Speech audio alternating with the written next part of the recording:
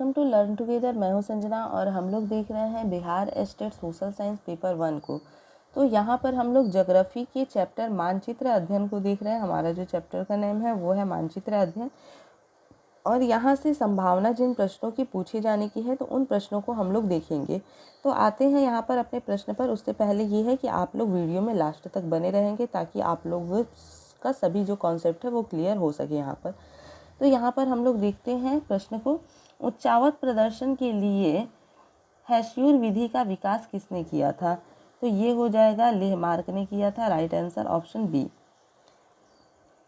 छोटी महीन एवं खंडित रेखाओं को ढाल की दिशा में खींचकर उच्चावत प्रदर्शन की विधि को क्या कहा जाता है? तो इसे हेस्यूर कहा जाता है। Right answer is option C. अगला है तल चिन्ह की सहायता से किसी स्थान विशेष की मापी गई ऊंचाई को क्या कहा जाता है? तो इसे स्थानीय ऊंचाई कहा जाता है। Right answer option A. अगला है स्तर रंजन विधि से के अंतर्गत मानचित्र में नीले रंग के किस भाग को दिखाया जाता है? तो यहाँ हो जाएगा जल को दिखाया जाता है नीले रंग में। Right answer option D. अगला है मानचित्र में मैदान को किस रंग से दिखाया जाता है? तो मानचित्र में मैदान को हरे रंग से दिखाया जाता है। Right answer option A. अब है मानचित्र में सफ़ेद रंग किस आकृति को दर्शाता है? तो मानचित्र में जो सफ़ेद रंग होता है वो हिमाच्छादित शिखर को दर्शाता है। Right answer option C. अगला देखेंगे जब समोच्च रेखाएं संकेंद्रित वृत्ताकार हो जिसके बीच की समोच्च रेखा अधिक ऊंचाई प्रदर्शित करती हो तब इसके किस प्रकार की भू आकृति का अनुमान लगाया जाता है? तो इसका जो सही जवाब हो जाएगा वो होगा पहाड़। Right answer option A. अगला है प्राकृत मानचित्र में मरुभूमि को किस रंग से प्रदर्शित किया जाता है? तो मरुभूमि को पीले रंग से प्रदर्शित किया जाता है। Right answer option B. किस स्थलाकृति को प्रदर्शित करने के लिए कंटूर रेखाओं द्वारा गोल या चौकोर आकृति बनाई जाती है तथा उसके बीच दूर तक खाली जगह छोड़ी जाती है? राइट आंसर ऑप्शन बी पठार। अब आगे है उच्चावत प्रदर्शित करने के लिए हेस्यूर विधि का विकास किस विद्वान ने किया था? तो इसमें हम लोग देखेंगे ये लेहमान ने किया था। Right answer option A. अगला है स्तर रंजन विधि के अंतर्गत नीले रंग से किस स्थलाकृति को दिखाया जाता है? तो नीले रंग से किस स्थलाकृति को दिखाया जाता है? तो यहाँ पर हम लोग देखेंगे जलीय भाग को दिखाया जाता है। Right answer option D. अगला है पृथ्वी पर पाई जाने वाली भू आकृतियों में इनमें से क्या नहीं है? तो कौन सी इसमें से नहीं है? तो ये हो जाएगा ऑप्शन डी गहराई नहीं है। Right answer is option D. अगला होगा यहाँ पर हेस्यूर विधि में अधिक ढालू भाग कैसे दिखाते हैं? तो हेस्यूर विधि में अधिक ढालू भाग को काला दिखाते हैं। Right answer option B.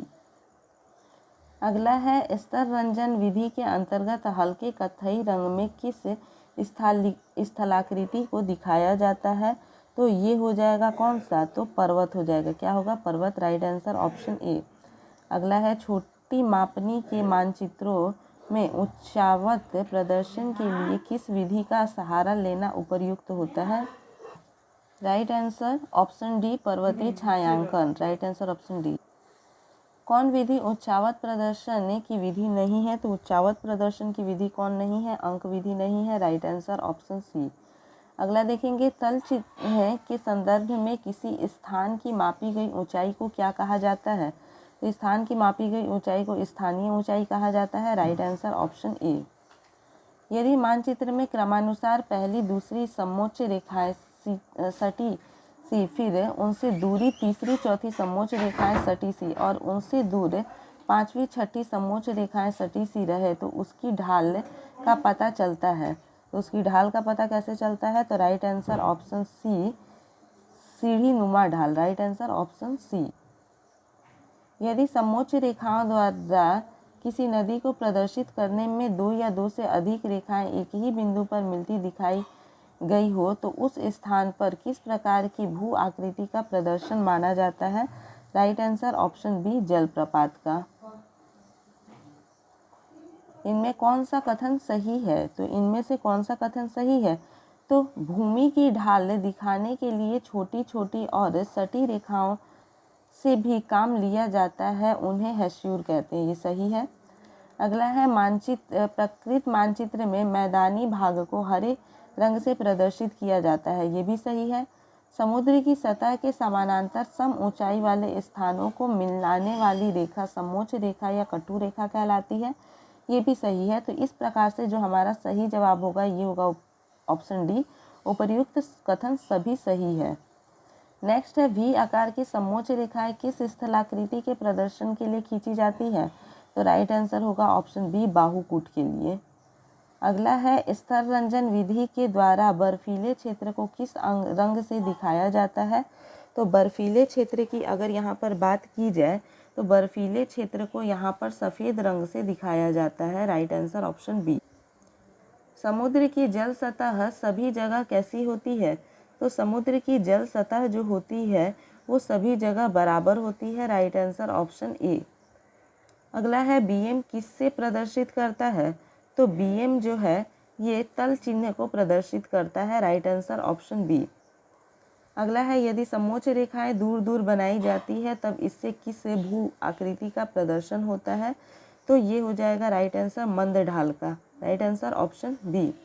तो इसी प्रकार से हमारे और भी वीडियोस देखने के लिए हमारे चैनल के साथ में बने रहे। वीडियो अगर अच्छा लगे तो लाइक शेयर कीजिए और अगर चैनल को अभी तक सब्सक्राइब नहीं किया है तो चैनल को सब्सक्राइब कीजिए। धन्यवाद।